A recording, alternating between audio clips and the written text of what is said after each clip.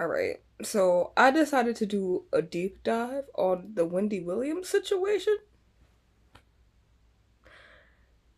I already listened to the Breakfast Club interview where she broke down crying because she felt isolated and like nobody was paying attention to the things that were going on. But then I started watching this documentary on TMZ. She got some I care a lot mixed with a fall from grace. Her son, I'm gonna get into it. You guys, watch this clip. Things that I do know for myself, you know what I'm saying? And I understand it's about my money, you know what I'm saying? Can you talk to me about how Wendy ended up in a guardianship? My understanding is somebody was in her bank account that Wells Fargo flagged, and there was large withdrawals being taken out. My son, he overstepped his boundaries in terms of me. You understand? He overstepped his boundaries and he was inappropriately using my money without telling me crap about it. Like, is he stealing from me?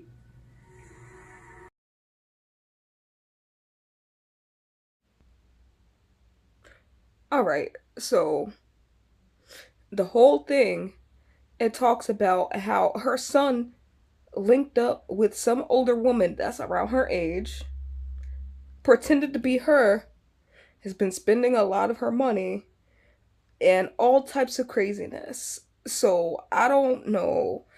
She seems to be in a situation where it doesn't make any sense at all. Because I've I worked in a care facility for like one day, and I've worked with people who've had to be in assisted living facilities, right? They have way more freedoms than what she is experiencing, right? Because even in a nursing home, there's like they're able to walk around the facility freely. There might be security at like the very front door or something, but they can go to whatever floor. They can go visit. They might have visiting hours, but the people can come see you. They're able to go visit other people's rooms. They're able to go do activities and all this stuff without the staff doesn't necessarily have to be around. The staff just has to make sure that their needs are taken care of. There are people that have oxygen tanks in assisted living facilities with more freedoms than this. So it just doesn't make any sense to me that they have her in a locked unit. She doesn't seem to be displaying any signs that she's a danger to herself or society. Like, I don't know. And then she started talking about her money, right? So I feel like there, outside of her son, there are probably a couple other people that are having like a financial I don't know. I don't want to say to her son, it don't look right. The thing with the son does not look right at all. Um, but it seems like there are a lot of people that took advantage of some of the. She might have had like a little mental undone. Probably needed a mental health time, some me time relaxation on top of just a little bit of care. But now she seems cognizant, she seems normal, she seems like she knows what's going on, and it just doesn't make any sense. Like I said, I've seen assisted living facilities where people have had way more freedoms than this. And the only time it's like that, like I said, is the person a danger to society and themselves? Do they need help walking around ambulating? Like she doesn't need any of that. And you could tell that this is really bothering her. She's a very social person. She's always talking to somebody. She has a very large social life. So even if she did need like a mental break, this is not helping at all. Especially if you're a social person and your activity and the only person who's really been to see her is her niece. And like on the Breakfast Club interview, her niece was saying how she went there and they wouldn't let her see her. So there's just a lot of things that don't add up. We'll see. I'm gonna finish watching the whole thing and I'll come back with some more comments. was diagnosed with frontal temporal dementia. She's sober now. Speaking to her on the phone, which I have done numerous times now, I am now hearing no evidence of somebody who's having memory lapses, somebody who's having trouble putting sentences together, and I have spoken with now numerous other people who have had similar experiences with her. Wendy, let's get right to it. Tell us what's going on. This system is broken. You know, that this system that I'm in, this system has falsified, a lot. You know what I'm saying? You know what I'm saying? They said you're cognitively impaired and you're incapacitated. Do I seem that way? No. You've been calling me 5 times a day for the last 2 weeks. No, you don't seem that way. Does it? So I just got done watching the whole thing, and I understand why all that happened, but the way that they did it was not okay. So they try to say because of the Lifetime documentary where the guardian was not there, that this is the reason why she's in the assisted living facility, right? But they didn't discuss any of the factors that led to her dysfunction, right?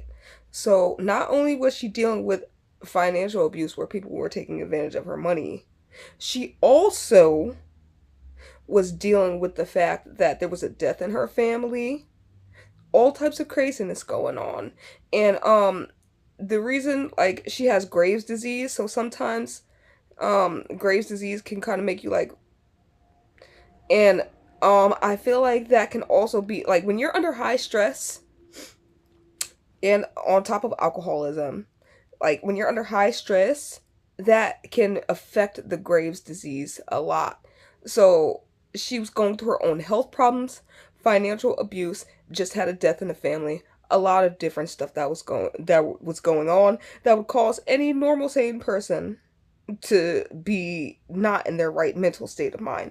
And they said that she was diagnosed with frontal temporal what was it? Oh, frontal temporal dementia and aphasia. Frontal temporal dementia meaning that, and they said it's degenerative. So if that was the case, she would not be cognizant right now. She would be declining, right?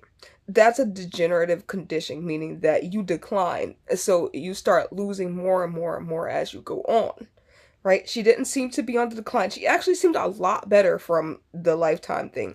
Like I said, I feel like she was just mentally undone. She had a lot of stuff going on, and the alcohol did not help, right? So she probably needed a sponsor and someone to help her with her finances more than she needed the guardianship, right? So the guardian also told her that she was not getting no money, but then the person on TMZ read the court documents, which said there that the guardian that's in charge of everything is getting paid through Wendy Williams' money.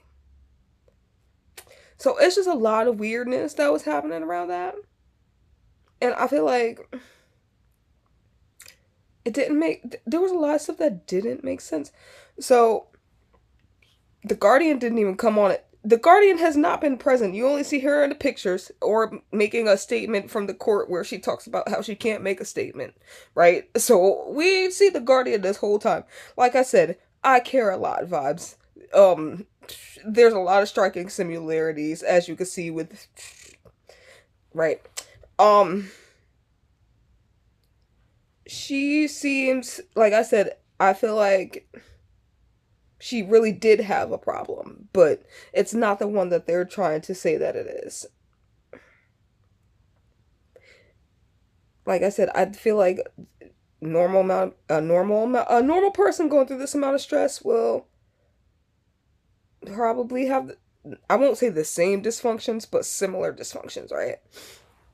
Where sometimes you might have an unhealthy coping mechanism. I feel like that's what happened with her. She had an unhealthy coping mechanism, and it showed very clearly in the Lifetime documentary. But so they said right now she's going to undergo a court case to see if they can pull back on the restrictions. They weren't even going to let her go see her father, who's turning 94.